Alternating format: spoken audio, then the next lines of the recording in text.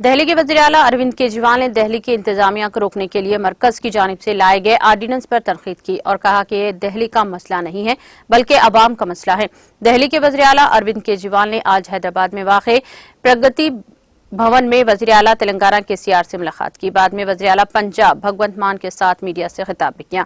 उन्होंने दिल्ली के साथ ताउन पर तेलंगाना के वज़ीर-ए-आला का शुक्रिया अदा किया। उन्होंने कहा कि वो दिल्ली के लोगों की तरफ से शुक्र अदा कर रहे हैं।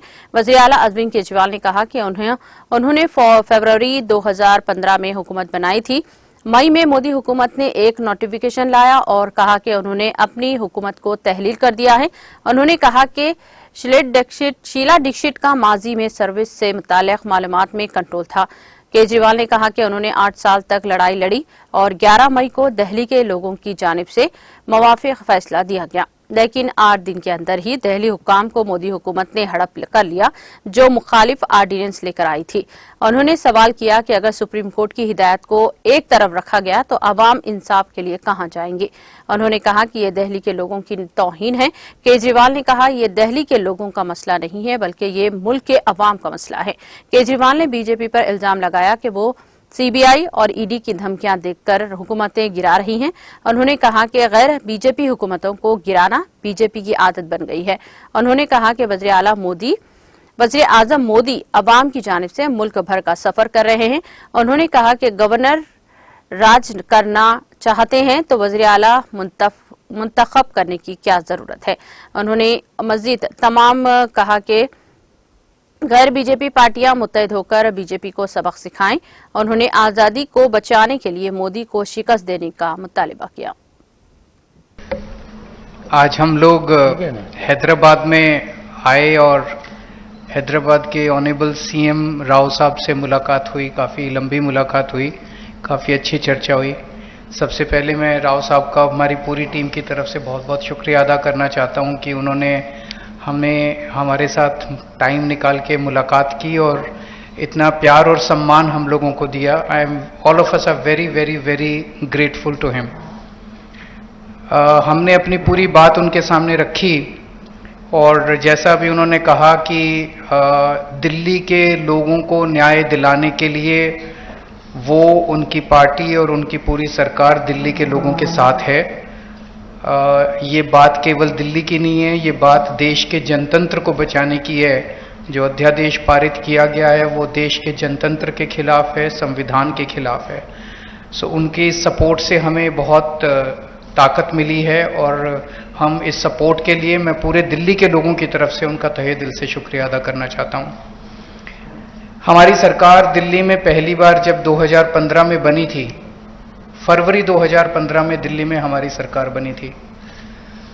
फरवरी 2015 में सरकार बनी और 23 मई को मात्र 3 महीने के बाद मोदी सरकार ने एक नोटिफिकेशन लाके हमारी सारी पावर छीन ली 3 महीने में। तो अब ब्यूरोक्रेसी के ऊपर हमारे से पहले शीला दीक्षित जी की सरकार थी। शीला दीक्षित जी का पूरा कंट्रोल था ब्यूरोक्रेसी के ऊपर, transfer, posting, disciplinary action, creation of new posts. So जितने सर्विस रिलेटेड मैटर्स हैं शीला दीक्षित जी का पूरा कंट्रोल था। हमारी सरकार आने के बाद 23 मई 2015 को उन्होंने नोटिफिकेशन लाके ये सारी पावर छीन ली। तो as a chief minister of Delhi I can not even transfer post, education secretary, health secretary, deputy secretary, मैं कुछ नहीं कर सकता। वो सारी पावर छीनने के बाद 8 साल तक दिल्ली के लोगों को उन्होंने अपंग करके रखा। हम दिल्ली के लोग 8 साल तक कोर्ट दर court, high court, supreme court लड़ते रहे। 8 साल की हमारी लड़ाई के बाद 11 मई को अभी पिछले कुछ दिन पहले सुप्रीम कोर्ट की संविधान कॉन्स्टिट्यूशन बेंच ने 5 जजों ने मिलकर 5-0 से दिल्ली के लोगों के हक में फैसला दिया। 8 साल की लड़ाई के बाद दिल्ली के लोगों को न्याय मिला कि उनकी चुनी हुई सरकार को काम करने का अधिकार मिला।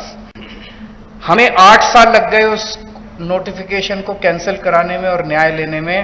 उसके 8 दिन के अंदर 11 मई को ऑर्डर आया सुप्रीम कोर्ट का। 19 मई को मोदी सरकार ने ऑर्डिनेंस लाके सुप्रीम कोर्ट के ऑर्डर को निरस्त कर दिया, पलट दिया। पूरे देश भर में लोग कह रहे हैं कि जिस देश का प्रधानमंत्री सुप्रीम कोर्ट को नहीं मानता, सुप्रीम कोर्ट के आदेश को नहीं मानता, फिर न्याय लेने के लिए लोग कहां जाएंगे? अगर देश का प्रधानमंत्री कहता है कि मैं सुप्रीम कोर्ट के आदेश को नहीं मानता और कानून लाके वो आदेश को पलट देता है, तो फिर तो न्याय के लिए कोई जगह नहीं बच जाती है। कहां जाएंगे फिर लोग न्याय लेने के लिए?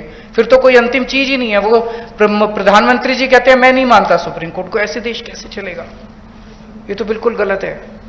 अब ये अध्यादेश लाके वापस सारी पावर छीन ली, तो एक तरह से जैसे अभी राव साहब ने बिल्कुल सही बोला, ये अध्यादेश दिल्ली के लोगों का अपमान है, घोर अपमान है। एक तरह से प्रधानमंत्री जी ये कह रहे हैं कि तुम जो मर्जी सरकार चुनो, मैं उसको काम नहीं करने दूंगा।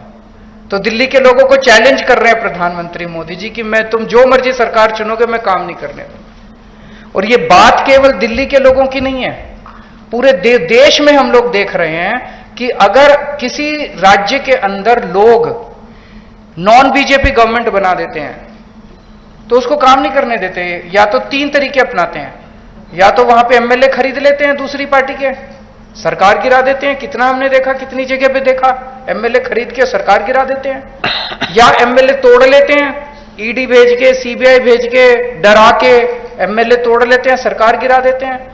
या फिर ऑर्डिनेंस ले आते हैं गवर्नर के जरिए, गवर्नर का गलत इस्तेमाल करके सरकार को तंग करते हैं। जैसे आप लोगों के गवर्नर आपके बिल नहीं पास होने देते, काम नहीं करने देते उन लोगों को। तो इस तरह से मैसेज ये है कि अगर कोई भी राज्य के लोग नॉन बीजेपी सरकार बनाएंगे तो हम उसको काम नहीं करने देंगे, सरकार तोड़ देंगे। ऐसे देश नहीं चल सकता। ये तो बहुत खतरनाक स्थिति है पूरे देश के सामने। मैं जो पूरे देश भर में घूम रहा हूं समर्थन मांगते हुए, मैं केवल अपने लिए समर्थन नहीं मांग रहा, मैं देश के संविधान के लिए और देश के जनतंत्र के लिए समर्थन मांग रहा हूं। हमारे जो स्वतंत्रता सेनानियों ने लड़ाई लड़ी थी, वो ऐसे भारत के लिए लड़ाई थोड़ी लड़ी थी कि एक पार्टी आएगी सेंटर के अंदर, वो पार्टी बस एक ही पार्टी का पूरे देश के अंदर राज होगा। जिस तरह से आज इन्होंने माहौल बनाया हुआ, फिर तो एक प्रधानमंत्री और 31 गवर्नर बस वो चला लें इस देश को, फिर मुख्यमंत्री बनाने की क्या जरूरत है? फिर चुनाव लड़ने की करने की क्या जरूरत है? फिर तो ये तानाशाही होगी।